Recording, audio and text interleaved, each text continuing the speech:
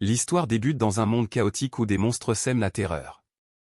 Ces créatures, ennemies de l'humanité, ont anéanti des civilisations entières. Pour riposter, les humains ont le choix entre deux voies. La première est celle de la magie, utilisant le mana qui circule dans l'air. Grâce à cela, ils deviennent des mages capables d'accomplir des prouesses surnaturelles. Un mage lance alors un puissant sort contre un dragon rouge. Cependant, la créature semble indifférente et entre dans une colère noire.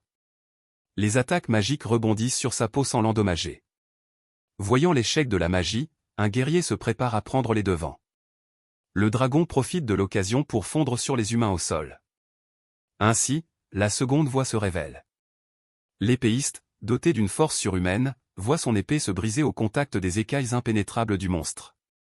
Le guerrier est frustré, car il ne peut suivre qu'une seule de ses voies. Soudain, une explosion de feu frappe le dragon en plein cœur. La créature riposte alors par une attaque de feu encore plus dévastatrice. La terreur s'empare de tous, conscients que choisir une voie peut les rendre impuissants. Les combattants sont projetés en arrière par l'explosion tandis qu'une nouvelle silhouette émerge. Le chaos se répand et tous sont emportés par la puissance du dragon. Au milieu de la destruction, notre héros apparaît, l'épée à la main. Il s'envole alors vers le dragon, prêt pour l'affrontement final. Furieux du défi, le dragon fait face à notre héros. Dans l'œil de la créature, on aperçoit le reflet de notre héros prêt à frapper. D'un seul coup, le combat est terminé et notre protagoniste sort victorieux. Les autres guerriers sont stupéfaits par la rapidité avec laquelle tout s'est déroulé. Après tout, il a maîtrisé sa voie et est devenu un maître de l'épée. Son nom est Oscar, le maître de l'épée, l'un des plus puissants du continent. Les survivants le remercient de son aide, surpris de le voir là, mais Oscar leur dit simplement de lui laisser le soin de s'occuper du reste et de partir. Tous restent sans voix devant la présence imposante de notre héros. Tandis qu'il s'éloigne, une famille se réunit, heureuse d'être saine et sauve. Oscar songe alors qu'il a choisi l'épée plutôt que la magie et qu'il a atteint le sommet. Soudain, il voit un homme montrer un tour de magie à une petite fille. Notre protagoniste est hypnotisé par l'éclat de la magie à laquelle il a renoncé. Il sait qu'avec son épée, il est devenu une source d'inspiration pour beaucoup. Tout comme la petite fille émerveillée par la magie qui s'offre à elle, Oscar se souvient de son enfance, lorsqu'il était lui aussi fasciné par la magie.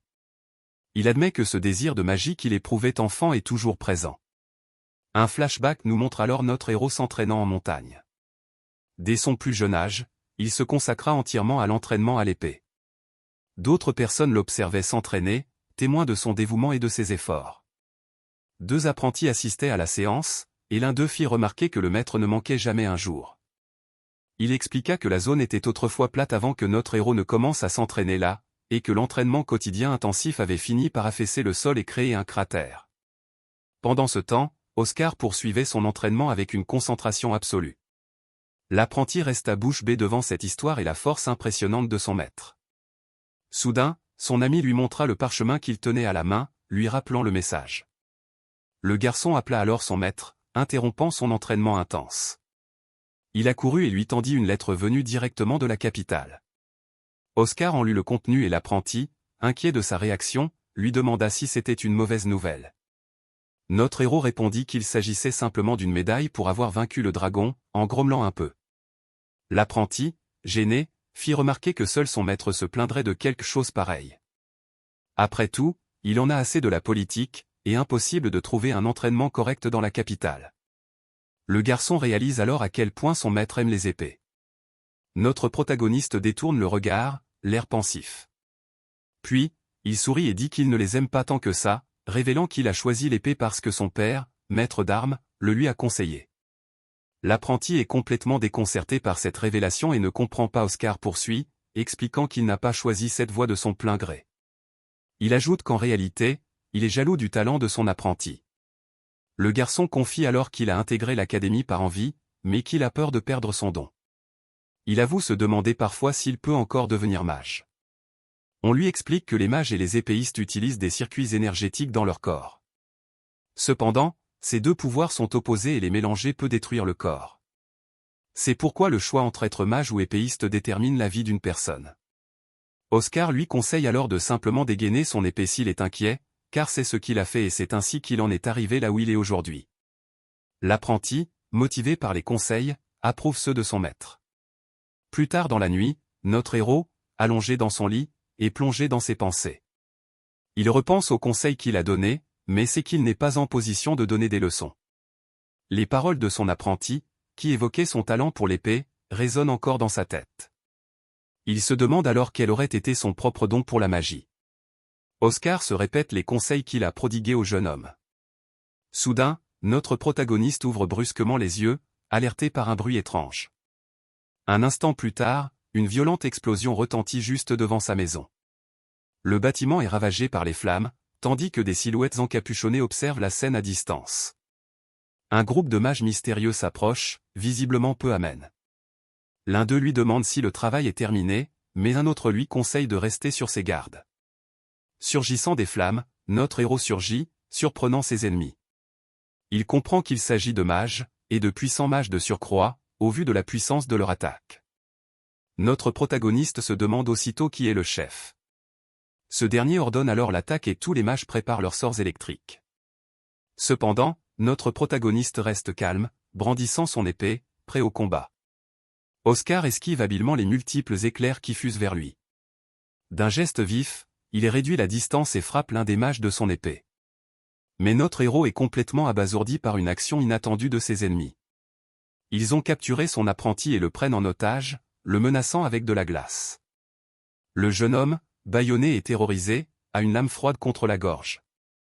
Notre héros leur demande ce qu'ils veulent, et le chef lui révèle alors sa vie. Oscar est désemparé, car il ne se souvient pas avoir fait quoi que ce soit pour être autant haï. Le mage esquisse un sourire mauvais et déclare, c'est évident qu'il ne s'en souvient pas. Il révèle ensuite qu'ils ne peuvent pardonner ni son talent pour l'épée, ni pour la magie. Notre protagoniste, complètement perdu, demande de quoi il parle. Le chef l'ignore et lui dit qu'il n'a pas à mourir là, tout en menaçant l'apprenti. Face à cette situation désespérée, le jeune homme appelle son maître à l'aide et lui dit de ne pas s'inquiéter, qu'il n'est personne et qu'il est prêt à mourir. La détermination s'empare du regard de notre héros à ces mots. Il comprend la situation et serre son épée encore plus fort. À la surprise générale, Oscar déclare qu'ils ont tout à fait raison. Mais il affirme que leur plan a échoué et leur ordonne de ne pas sous-estimer son disciple. Le chef des mages, furieux de son audace, prépare une nouvelle attaque. Il déchaîne alors une pluie d'éclats de glace sur notre héros. Les projectiles filent à toute vitesse, prêts à tout anéantir. Un instant plus tard, un épais nuage de poussière s'élève du point d'impact. Le mage lui tourne le dos, certain que le maître d'armes est cuit. Cependant, il est surpris de sentir une coupure à la joue et ignore ce qui s'est passé. Soudain, il aperçoit l'un des siens touché par derrière. Il s'avère que notre héros a utilisé son propre corps comme appât pour sauver son apprenti. Le chef déclare alors que sa mission est accomplie et ils se préparent tous à fuir. Ils disparaissent ensuite dans un portail de lumière, laissant Oscar derrière eux. L'apprenti accourt, paniqué, et lui demande pourquoi il a fait cela pour lui, mais notre protagoniste sourit et lui dit qu'il est lui aussi un épéiste, comme lui. Le jeune homme pleure, disant qu'il était prêt à partir et qu'il n'avait pas besoin d'être sauvé. Il s'excuse ensuite, mais notre héros lui assure que ce n'est pas sa faute. Le garçon ne peut retenir ses larmes en voyant son maître dans un tel état. Oscar le regarde avec un faible sourire, acceptant calmement son destin. Dans ces derniers instants, il se souvient de son rêve de devenir mage et il fait enfin face à la vérité qu'il a fui toute sa vie. En réalité, notre protagoniste avait toujours rêvé d'utiliser la magie depuis son enfance. Il ne brandissait son épée que pour éviter d'y faire face et en tirer une certaine fierté. Mais rien ne pouvait égaler le frisson qu'il ressentait à chaque fois qu'il était témoin d'un sort. Soudain, notre héros se réveille dans une forêt et lève la main vers le ciel. Il regarde ses mains, confus et sans la moindre idée de l'endroit où il se trouve. Il réalise alors qu'il aurait dû disparaître depuis longtemps. Regardant autour de lui, il tente de reconnaître le lieu où il a surgi et comprend vite qu'il est à Ézan, sa ville natale. Il se souvient parfaitement d'avoir donné sa vie pour sauver son apprenti. À côté de lui, il trouve une épée en bois et quelques lettres au sol. Il est surpris de découvrir ce qui est écrit sur ces enveloppes. Ce sont des invitations pour les deux plus grandes écoles du royaume, l'une pour la magie et l'autre pour l'escrime. À 15 ans, les jeunes reçoivent ces invitations pour choisir leur voie. Notre protagoniste se perd dans ses pensées, serrant contre lui la lettre de l'Académie de magie. Il se demande alors si, par hasard, il n'est pas retourné dans le passé, à l'époque où il avait 14 ans, avant de devenir épéiste. Soudain, une ombre se dessine derrière lui et une voix familière l'appelle. C'est son père, l'air grave, qui lui demande ce qu'il fait là. Oscar, stupéfait, se retourne pour s'assurer qu'il s'agit bien de son père. Il comprend alors que s'il est revenu dans le passé, son père serait lui aussi en vie. Cependant, l'homme le réprimande pour son arrogance et son manque d'entraînement. Notre héros baisse simplement la tête sans dire un mot. Après tout, il n'était pas arrogant. Il avait juste peur de révéler son rêve. On apprend que son père était un maître d'armes, ce qui explique ses nombreux disciples. Et comme fils, Oscar a naturellement appris à se battre à ses côtés dès son plus jeune âge. Son père le félicitait à chaque progrès. Mais un jour, quelque chose a basculé en Oscar. Il court, tout excité, raconter à son père la magie qu'il a vue. Mais la réaction est terrible.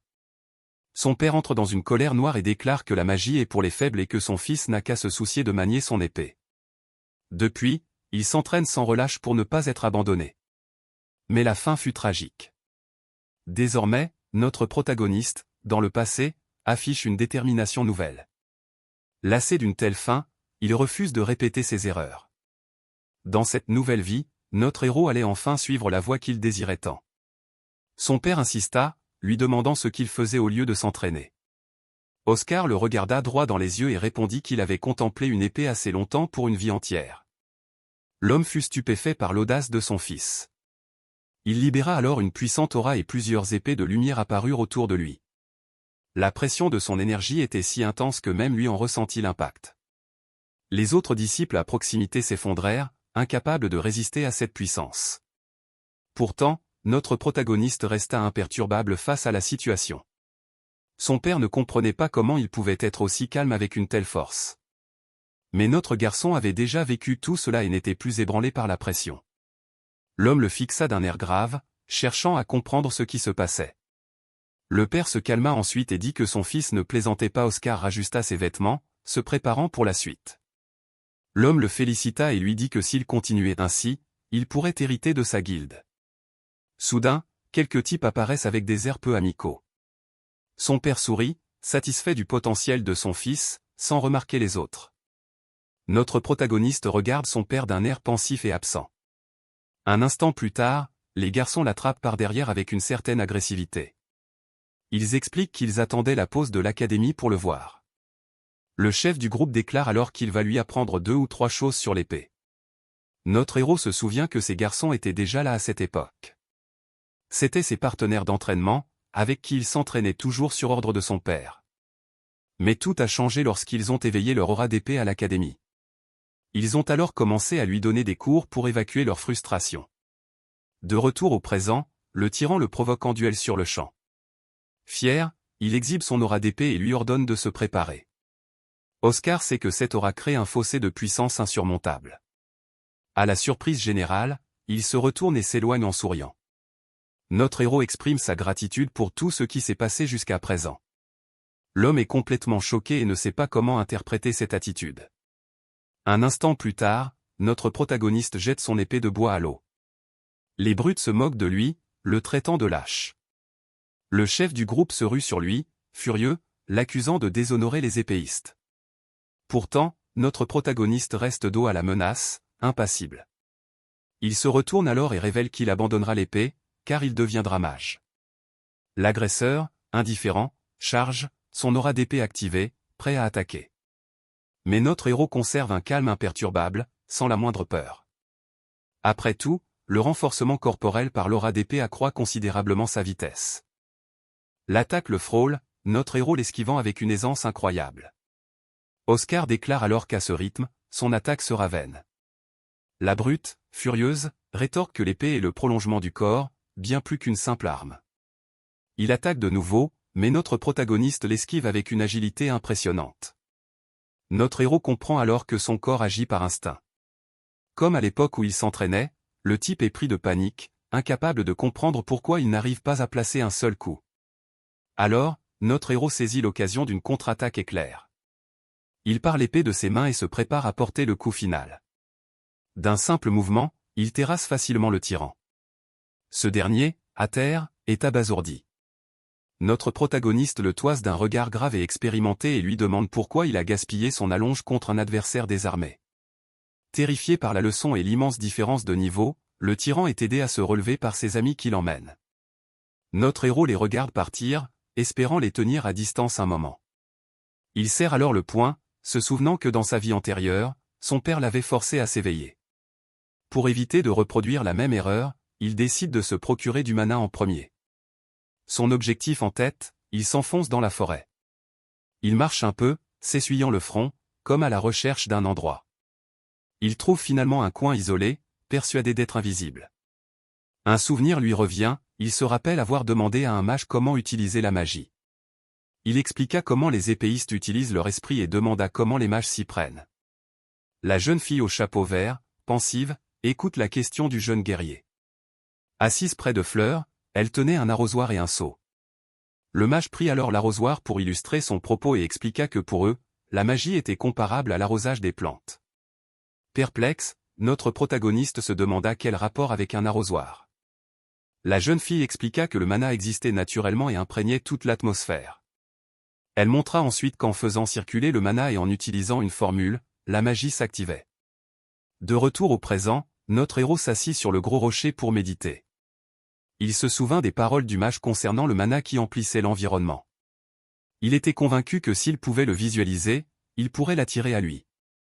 Les yeux fermés, il se concentra pleinement sur la sensation du mana qui l'entourait. Il songea que les épéistes utilisaient leur sens à l'extrême pour survivre. Et même s'il n'était plus épéiste, son corps conservait ses souvenirs. Notre héros utilise alors ses sens aiguisés pour ressentir le mana invisible. Il approfondit sa méditation et commence à percevoir le flux d'énergie qui l'entoure.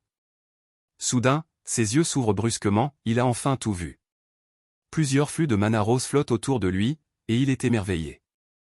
Le spectacle est si incroyable que notre protagoniste en reste bouche bée. Il exulte et se dit qu'il ne lui reste plus qu'à absorber le mana. Mais il s'arrête net, se demandant comment il va s'y prendre. À ce moment précis, il remarque quelque chose d'étrange et regarde sur le côté. Il saute du rocher et part enquêter sur la cause de cette perturbation.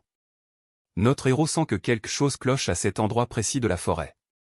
Il se dirige alors vers la source de cette étrange sensation. En chemin, il traverse une barrière invisible qui l'intrigue fortement. Il trouve également étrange de ne sentir aucune présence vivante aux alentours. Soudain, le sol tremble et quelque chose s'écrase avec force juste devant lui. Un nuage de poussière se soulève et notre héros se prépare à affronter ce qui l'attend. Un instant plus tard, un golem de pierre géant apparaît devant lui. Oscar est stupéfait et se demande ce qu'une telle créature fait là. Mais avant même qu'il puisse réfléchir, il voit une ombre tomber du ciel et il a peur. Une femme aux cheveux roux et vêtue de blanc atterrit devant notre héros. Elle lève la main et lui demande ce qu'il fait dans son atelier. Le golem la fixe de ses yeux rouges et elle l'accuse de vouloir voler ses recherches. Notre protagoniste, toujours au sol, ignore tout de la situation. La femme le menace, lui intimant de bien réfléchir avant de parler s'il veut rester en vie. Notre héros la reconnaît alors et se souvient des histoires qu'on lui a racontées. C'était une héroïne célèbre qui combattait des monstres avec un golem géant. Elle s'appelait Isabelle la mage forgeant la vie, une légende parmi les mages. De retour au présent, notre héros est enchaîné et ne s'attendait certainement pas à la rencontrer ainsi. Isabelle l'interroge alors, lui demandant à quelle faction de mages il appartient. Elle pointe son bâton vers lui, l'intimant de parler. Un instant plus tard, un cercle magique rouge apparaît sous lui, prêt à être activé. Comprenant la situation, notre héros tente désespérément de la faire patienter. Il tente de s'expliquer, affirmant qu'il n'a pas résisté et qu'il n'est pas son ennemi. La femme le fixe d'un air grave, semblant réfléchir à ses paroles, puis se lève brusquement et déclare qu'il a l'air de vraiment vouloir se faire griller. Elle se prépare ensuite à attaquer, faisant ses adieux au mage sans nom.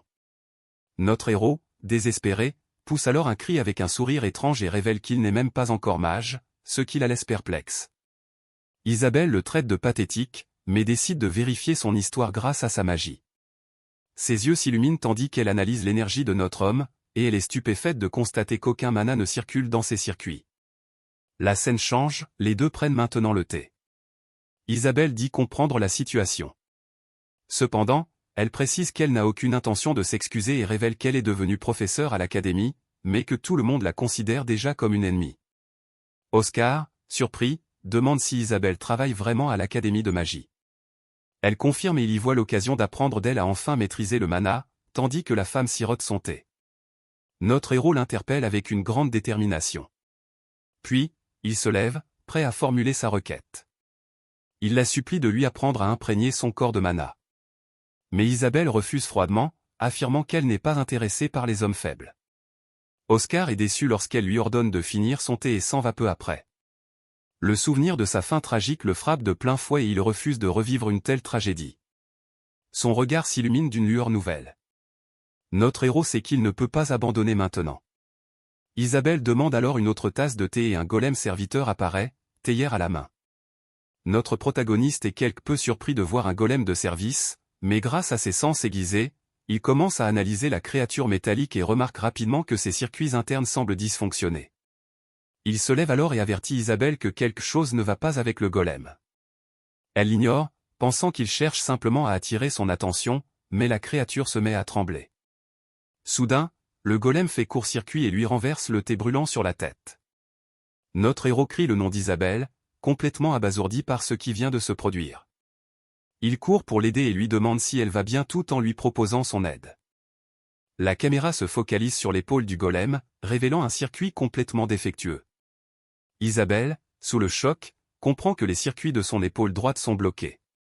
Notre héros saisit alors un mouchoir et l'aide à s'essuyer le bras, encore humide de thé brûlant. Stupéfaite, elle lui demande comment il a su que le golem allait dysfonctionner. Il explique que le flux de mana lui paraissait étrange et elle lui demande s'il peut le voir.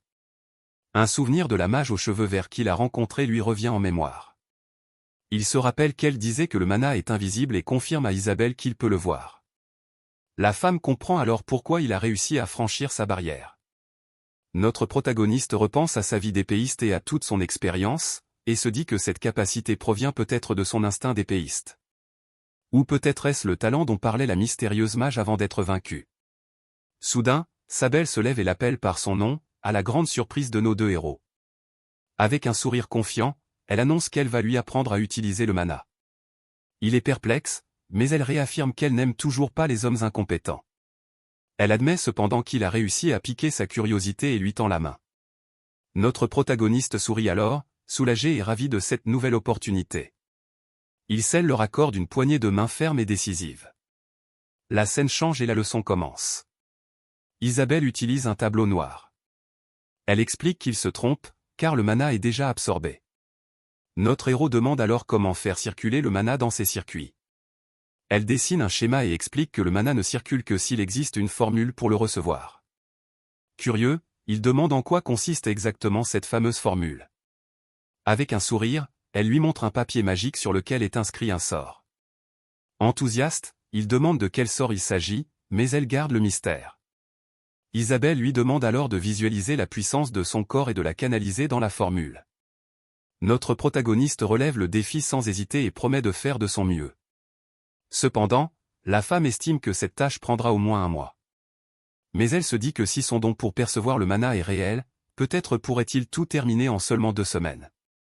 Il se répète alors les instructions, cherchant à comprendre la marche à suivre. Notre héros réalise vite que c'est comme affiner son QI d'épée et se concentre. Les yeux fermés, il se focalise entièrement sur son fort intérieur pour le ressentir. Dans son espace mental, il visualise son corps et le flux d'énergie. Et avec un sourire, il perçoit enfin le mana circuler en lui. L'énergie brille intensément et il se prépare pour l'étape suivante. Il étend la main et concentre toute sa puissance dans le papier magique posé au sol. Soudain, les yeux d'Isabelle s'écarquillent de surprise. Notre protagoniste ouvre les yeux et constate que le mana est déjà sur le papier. On lui explique que maîtriser la magie est un processus lent, comme réapprendre à marcher. Isabelle est bouche bée devant la rapidité avec laquelle il a accompli cela. Après tout, même les mages les plus puissants du monde mettent du temps à maîtriser le mana. Notre héros lève alors les yeux au ciel et contemple le résultat de son premier sort. Isabelle s'approche ensuite de lui, tandis qu'il admire le feu d'artifice céleste. Elle n'en revient pas qu'il ait réussi à maîtriser le mana du premier coup et se souvient aussitôt qu'il avait pressenti les problèmes de son golem. Elle se demande s'il peut voir le mana, mais elle sait que cela n'explique pas tout. En observant le reflet dans ses yeux, une chose devient limpide, notre protagoniste est sans aucun doute un génie doté d'un talent hors du commun. De son côté, il s'exclame, émerveillé, c'est enfin de la vraie magie. Soudain, Isabelle l'interpelle, un large sourire radieux illuminant son visage. Elle s'exclame, c'est incroyable. Personne n'a jamais accompli un tel exploit. Mais notre héros la coupe net, déclarant que ce n'est pas suffisant. Le regard grave, il semble insatisfait du résultat et le trouve peu beau, se remémorant la magie qui l'enchantait dans son enfance. Ce souvenir était la raison pour laquelle il avait toujours voulu suivre cette voie. Pour lui, la magie est quelque chose d'exceptionnel, et ce qu'il a réalisé est loin d'être à la hauteur.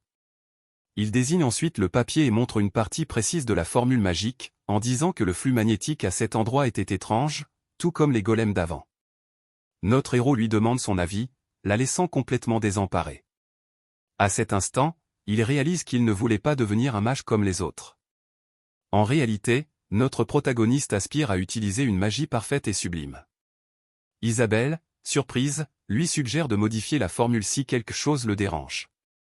Notre héros, à la fois stupéfait et enthousiasmé par cette possibilité, demande alors à Isabelle comment s'y prendre. Pendant ce temps, ailleurs, un homme mystérieux arpente un couloir, l'air grave. Il semble à la recherche d'une personne importante. Il tombe rapidement sur les brutes que notre héros a passées à tabac. Cet homme, nommé Mista, s'approche et leur demande ce qui leur est arrivé. Terrifiés, les garçons tentent de se justifier, mais Mista insiste, leur demandant à nouveau, d'un regard glacial, ce qui s'est passé. La peur les paralyse, ils ne savent plus quoi faire ni comment s'expliquer. L'un d'eux se met alors à raconter à Mista la raclée qu'ils ont reçue. L'homme reste bouche bée en écoutant cette histoire incroyable. Il n'arrive pas à croire qu'Oscar ait réussi à vaincre leur chef dans cet état. Il demande ensuite aux garçons de prendre soin de leur ami pour qu'ils puissent bien se rétablir. Tous deux, pris de peur, acquiescent aussitôt et s'inclinent devant lui. Monsieur lève alors les yeux au ciel, pensant que le moment est enfin venu. Avec un sourire, il annonce qu'il est temps de donner aux garçons le signal de l'épée. De retour auprès d'Isabelle et Oscar, il se trouve dans une bibliothèque remplie de livres. Notre héros, émerveillé, confie qu'il ignorait la complexité des formules. Elle lui explique que la connaissance est nécessaire pour utiliser la magie et que c'est tout à fait normal. Isabelle félicite son intuition et lui propose des livres à étudier. Souriante, elle désigne sa tête du doigt et l'invite à se servir autant qu'il le souhaite. Mais lorsqu'Isabelle se retourne, notre protagoniste a disparu. Un instant plus tard, il réapparaît, les bras chargés de livres.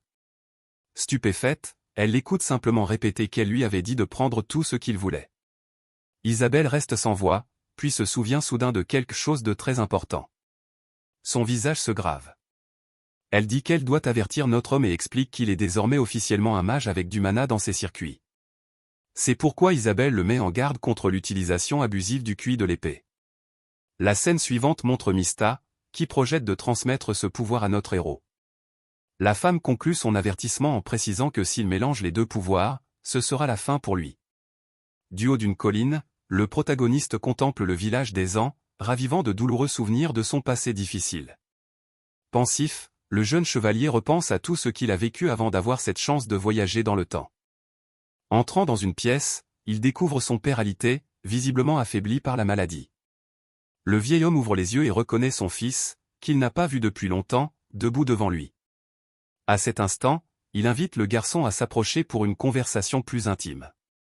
Touchant le bras du jeune homme, le patriarche évoque l'incroyable talent que ses cheveux possédaient depuis son plus jeune âge. Le père se demande alors si interdire l'usage de la magie par le passé était vraiment la bonne décision pour l'avenir du héros. Un poids pesait sur sa poitrine. Le jeune homme se souvient de la pression constante qu'il subissait pour ne suivre que la voie de la magie. Mais face à cette nouvelle opportunité, il décide de ne plus se soumettre aux désirs d'autrui. Aussitôt dit, aussitôt fait, qu'il serre fermement l'enveloppe de l'Académie de magie, car il sait que c'est là sa véritable destinée. Devant les portes majestueuses de l'institution, le voyageur temporel contemple l'architecture imposante et magique du lieu. Il est déterminé à obtenir l'autorisation nécessaire pour enfin étudier ce qu'il a toujours aimé. Au bout d'un couloir sombre, il aperçoit un homme mystérieux, debout près d'une torche allumée. Remarquant sa présence, l'homme lui demande d'un ton grave s'il a quelque chose d'urgent à lui dire. Sans hésiter, le protagoniste lui tend l'invitation et sollicite une signature pour officialiser son admission à l'école des mages. Les deux hommes se font face, et la tension monte dans le hall à cause de cette demande totalement inattendue. Surpris par son attitude, l'homme lui demande pourquoi une chose aussi importante n'aurait pas pu attendre un moment plus calme.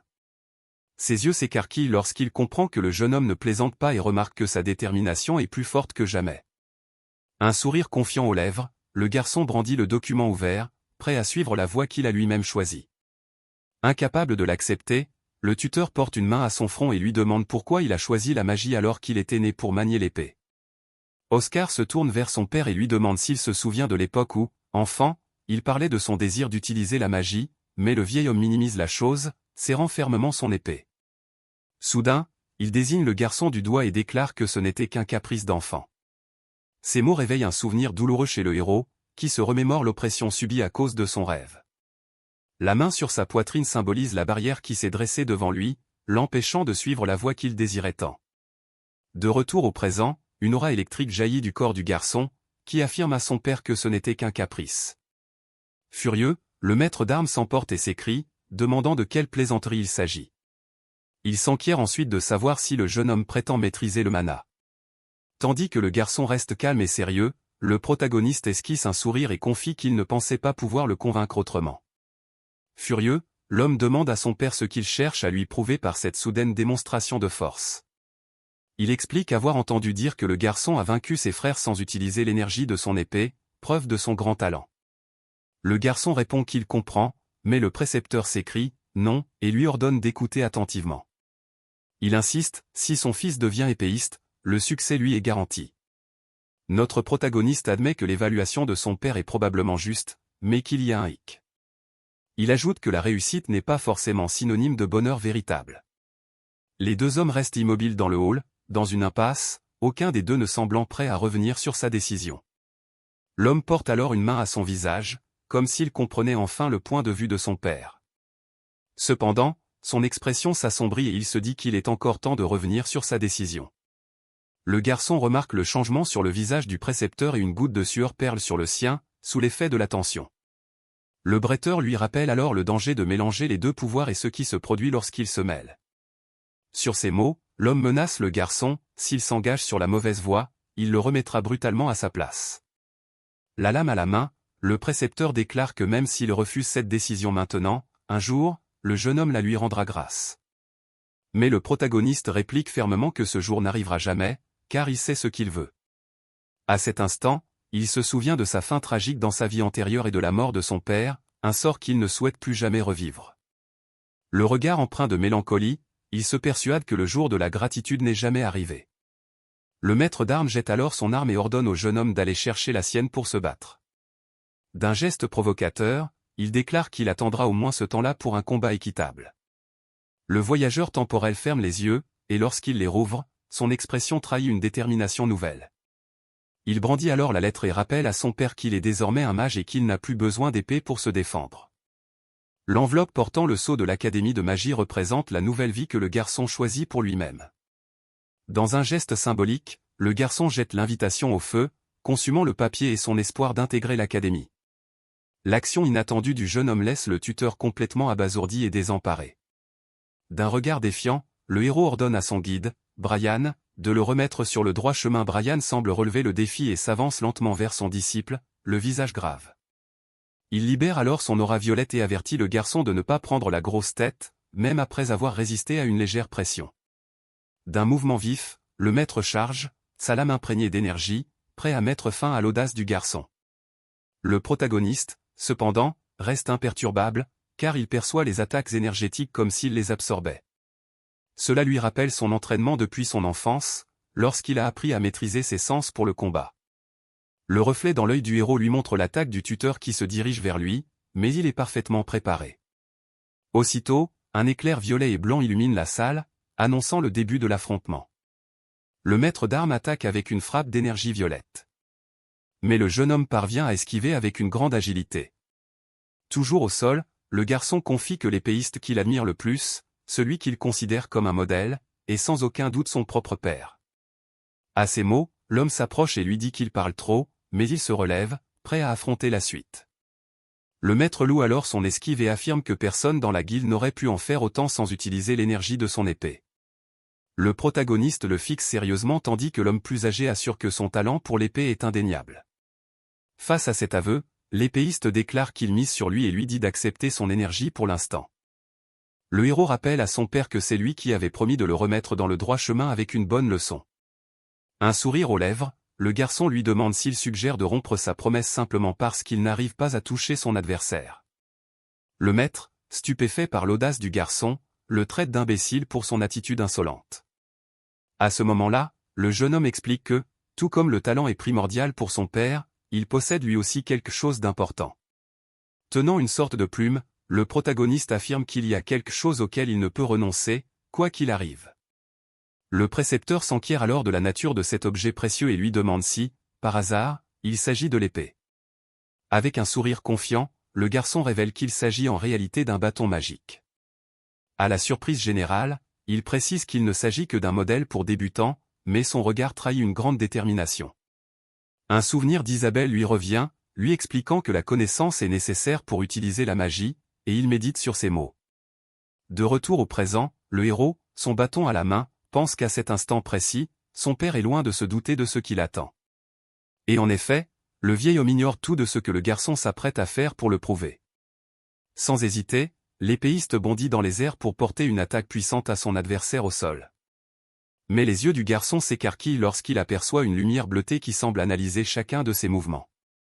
Cette lumière trace la trajectoire de plusieurs coups autour du protagoniste, qui peut désormais tout voir clairement. Avec un léger sourire, le voyageur temporel prépare sa contre-attaque face à la charge de son père. Il se retourne alors, bâton en main, pour exécuter le plan qu'il avait en tête depuis le début du combat. La lame du maître d'armes s'abat de toute sa force, mais le garçon parvient à parer le coup d'une manière inattendue. Les yeux rivés sur sa cible, il prépare la prochaine étape de sa stratégie pour gagner sans blesser personne. D'un mouvement rapide et précis, le garçon désarme son adversaire et s'empare de son épée. À cet instant, il se souvient de la première magie qu'il a vue dans sa vie, lorsqu'il n'était qu'un enfant en train de rêver. C'était la même magie qu'il voyait sans cesse en rêve, celle qui l'avait inspiré à suivre cette voie. Une magie qu'il désirait tant et qu'il avait imaginée, appelée étincelle ou spisa dans sa langue. Il se souvient alors de sa mère dans un fauteuil à bascule, entourée de cette lumière magique et réconfortante.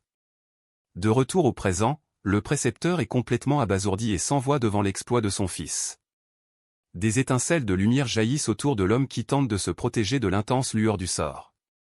Il porte une main à son visage et se plaint de cette magie qui, malgré sa beauté, l'aveugle. Les yeux bleus, le protagoniste s'approche par derrière, profitant de la distraction de son adversaire. L'épéiste hurle alors de rage et demande au jeune homme s'il avait l'intention de l'aveugler avec ce spectacle de lumière, mais le garçon répond simplement « non ». Et dans un geste surprenant, il lance son épée au loin, à l'autre bout de la salle. La lame retombe et se plante dans le sol de pierre, mettant fin définitivement à l'affrontement armé entre le père et le fils. Dans le reflet de l'épée, on les voit tous deux immobiles, tandis que la tension retombe peu à peu. Le héros explique alors qu'il pensait que son père se battrait par sa seule présence, sans avoir besoin de sa vue. L'homme, une main sur la nuque, comprend que le premier sort n'était qu'une diversion et interroge le garçon sur son objectif.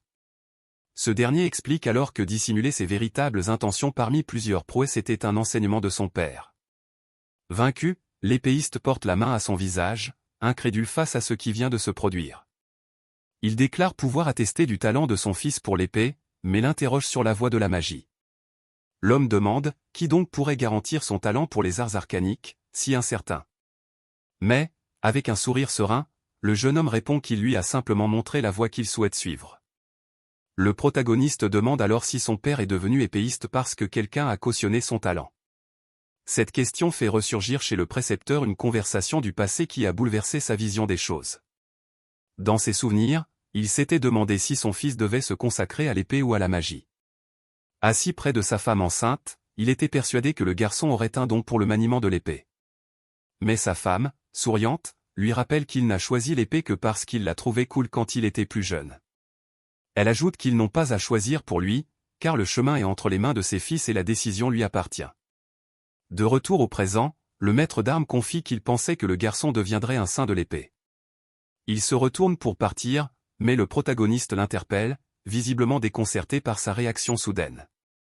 L'homme se met en marche et le jeune homme le suit, sans comprendre pourquoi il s'éloigne ainsi. Soudain, le précepteur se baisse et ramasse la lettre de recommandation que le héros avait jetée au feu. Le geste de son père laisse le voyageur temporel complètement surpris et perplexe. Un sourire aux lèvres, il tient la lettre et déclare qu'il ne pourra pas la signer avec cette plume. La scène suivante se déroule dans la grande et imposante académie de magie, où arrivent de nouveaux élèves. Quelqu'un lit une lettre et remarque que les nouveaux élèves de cette année semblent former un groupe très talentueux. Une femme à lunettes mentionne qu'outre d'importants nobles, d'autres personnalités de renom sont attendues. À la surprise générale, elle révèle que même la princesse impériale s'inscrira à l'académie. Impressionné, l'instructeur commente qu'elle maîtrise déjà la magie de base ainsi que le pouvoir héréditaire de sa famille. Tenant les documents, l'homme affiche un sourire satisfait, conscient du niveau exceptionnel des nouveaux élèves. Pendant ce temps, dans le hall principal, quelqu'un demande si les préparatifs de la rentrée se déroulent sans problème. L'homme déclare alors que l'arrivée de lignée de la classe SAT au sein de l'institution est une grande satisfaction pour tous. À cet instant, le jeune héros se plonge dans son journal pour consigner chaque détail important de sa nouvelle vie. Devant le dortoir de la guilde, le maître d'armes observe l'activité, les bras croisés, plongé dans ses pensées. Il garde une posture ferme, mais son visage reflète la sérénité de celui qui a rempli son devoir de guider son successeur. Les jours passent et le bruit de pas résonne, signifiant que 6 mois se sont écoulés depuis ce grand duel. Le temps a filé à une vitesse folle et le protagoniste traverse la cour, avec l'impression que les préparatifs se sont achevés bien trop vite. S'approchant du tuteur, il apprend que de nombreux autres élèves se sont entraînés toute leur vie aux arts arcaniques. Le vétéran déclare qu'il n'a pas vraiment le droit de s'exprimer, mais il demande à son fils d'être fort et de ne jamais renoncer à son choix. En entendant ces conseils, les yeux du garçon s'écarquillent lorsqu'il comprend à quel point son père tient à lui. Un sourire aux lèvres, le jeune homme plaisante en disant que personne au monde ne peut être plus intimidant que son propre père. Ce sourire trahit son acceptation du destin qui l'attend. Sur ces mots, le voyageur temporel annonce son départ et s'éloigne sous le regard de son père. Tenant le document officiel, le garçon découvre la signature de Brian, qui confirme enfin son admission dans l'école de ses rêves. Au milieu de la foule, le héros suit son chemin, conscient que le véritable défi commence désormais entre ses murs. Il lève les yeux avec une grande confiance, prêt à affronter tous les mystères que l'Académie lui réserve. Soudain, les portes gigantesques s'ouvrent, libérant une lumière intense qui marque le début d'un voyage épique pour le nouveau mage. Devant lui apparaît l'imposante Académie de magie, qui se dresse majestueusement au milieu des montagnes, resplendissante de toute sa splendeur.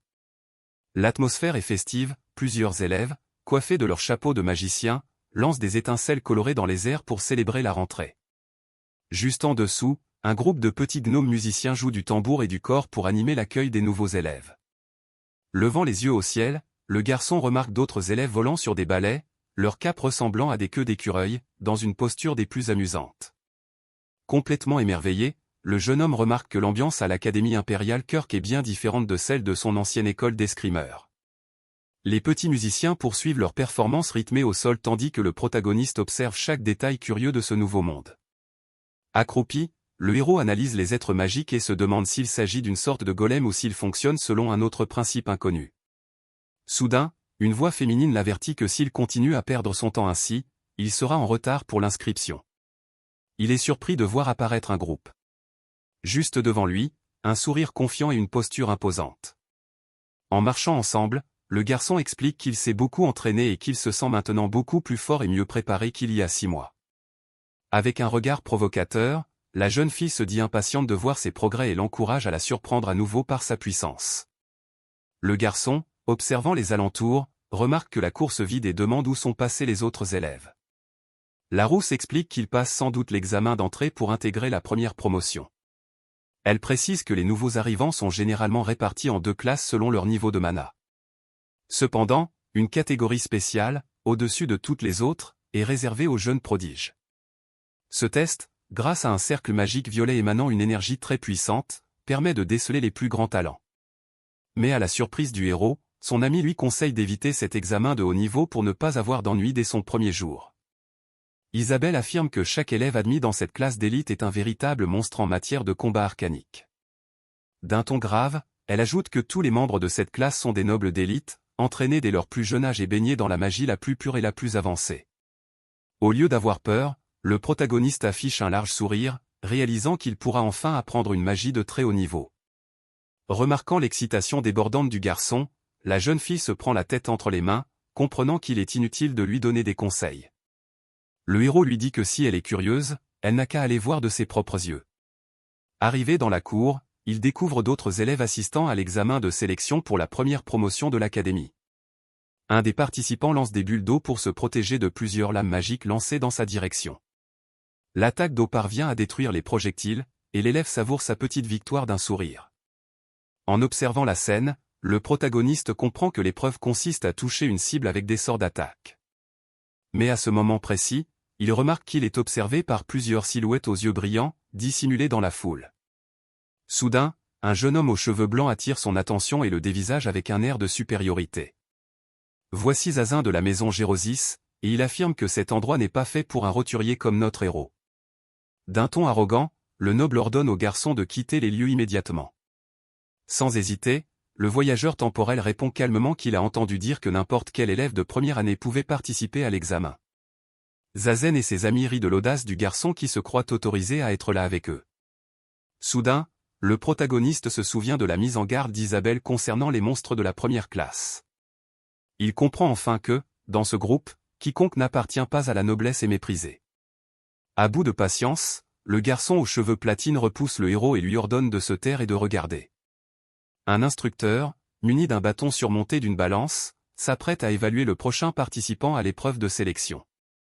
Zuzan affiche un sourire arrogant tandis que plusieurs lames magiques sont lancées pour qu'il puisse s'en défendre. Le noble déclare alors que la première classe est réservée à ceux qui ont été entraînés à la magie depuis l'enfance et qu'il va leur montrer la différence. Les yeux brillants, il prépare un puissant sort de glace pour tout figer autour de lui. En un instant, d'immenses piliers de glace envahissent l'arène, témoignant de son immense puissance. La foule, bouche bée, est stupéfaite par ce déploiement de magie d'une telle ampleur. Les yeux écarquillés, le héros est surpris par la puissance du pouvoir de ce noble. La foule exulte, louant l'incroyable force de la célèbre maison de glace, Gyrose. D'autres élèves font remarquer que ce n'était pas là toute l'étendue des pouvoirs de Zazizon.